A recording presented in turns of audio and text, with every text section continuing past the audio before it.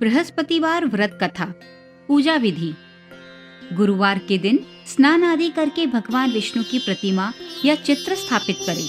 अब भगवान विष्णु को पीले वस्त्र, पीले फूल और हल्दी अर्पित करें। इसके साथ भगवान विष्णु को गुड़ और चना का भोग लगाएं। हल्दी में जल मिलाकर भगवान का अभिषेक करें और हाथ में गुड़ और चना लेकर गुरुवार व्रत कथा का पाठ करें। अंत में आरती करने के बाद आप फल का सेवन कर सकते हैं। व्रत कथा। बहुत समय पहले एक प्रतापी और दानी राजा एक नगर में राज करता था। वह गुरुवार का व्रत रखता था और जरूरतमंदों की मदद करता था। दान पुण्य करने में वह कोई कमी नहीं छोड़ता था, लेकिन उसकी पत्नी को यह सब पसंद नहीं था।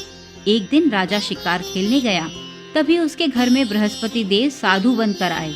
रानी ने साधु से कहा कि वह दान पुण्य से तंग आ गई है, इसलिए वह कोई ऐसा उपाय बताए जिससे घर में रखा सारा धन नष्ट हो जाए। रानी की बात सुनकर बृहस्पति देव ने कहा कि तुम्हें इस धन का उपयोग अच्छे कार्यों में करना चाहिए, ताकि तुम्हारे दोनों लोग सुधर जाए। लेकिन रानी ने कहा कि उसे इस धन की आवश्यकता नहीं है, जिसे संभालने में उसका सारा समय खत्म हो जाता है।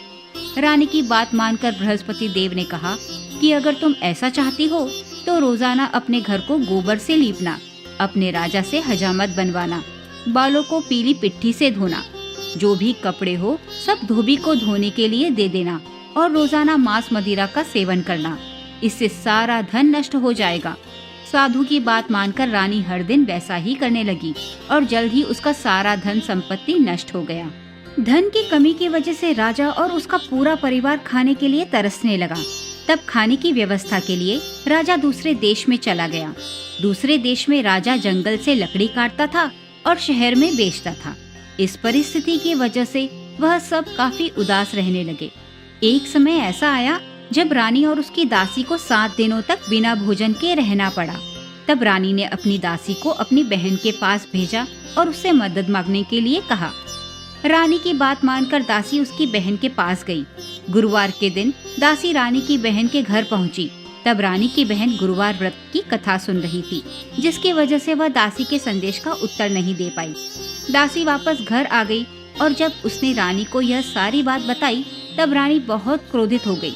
अपनी पूजा समाप्त करके रानी की बहन उसके घर आई और कहने लगी कि वह बृहस्पतिवार की कथा सुन रही थी, इसीलिए जवाब नहीं दे पाई। तब रानी ने अपनी बहन को सारी बात बता दी, जिसके बाद बहन ने कहा कि बृहस्पति देव हर एक इंसान की इच्छा पूरी करते हैं।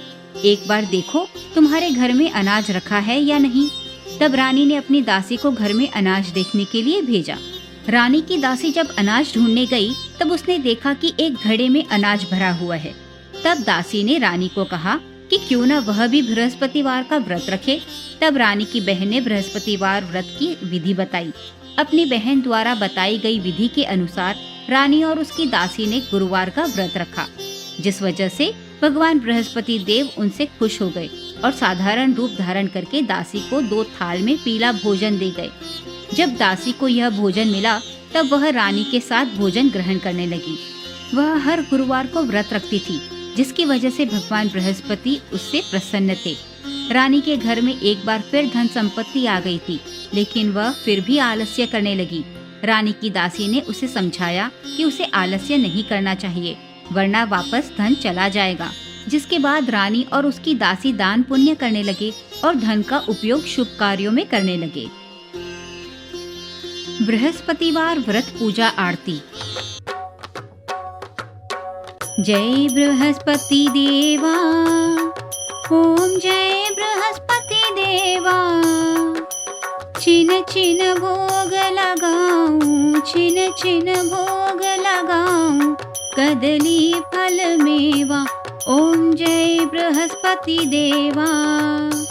तुम पूर्ण परमात्मा, तुम अंतर्यामी, स्वामी तुम अंतर्यामी।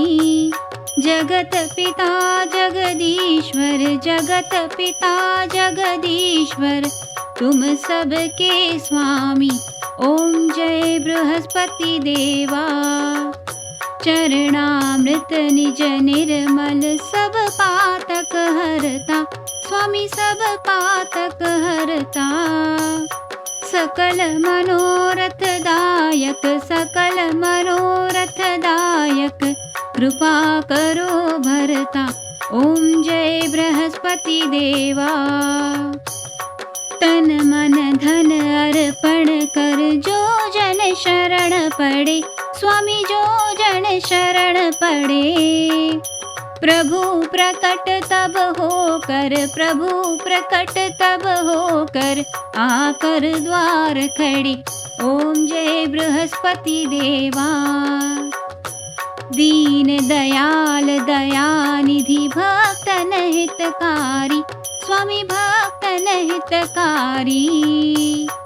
पाप दोष सब हरता, पाप दोष सब हरता, भवबंधन हारी। ओम जय बृहस्पति देवा। सकल मनोरथ दायक सब संशय हारो, स्वामी सब संशय हारो। विषय विकार मिटाओ, विषय विकार मिटाओ, संतन सुखकारी। ओम जय बृहस्पति देवा। जो कोई आरती तेरी प्रेम सहित गावे, स्वामी प्रेम सहित गावे। जेठानंद आनंद कर, जेठानंद आनंद कर, सो निश्चय पावे। ओम जय बृहस्पति देवा। ओम जय बृहस्पति देवा। ओम जय बृहस्पति देवा।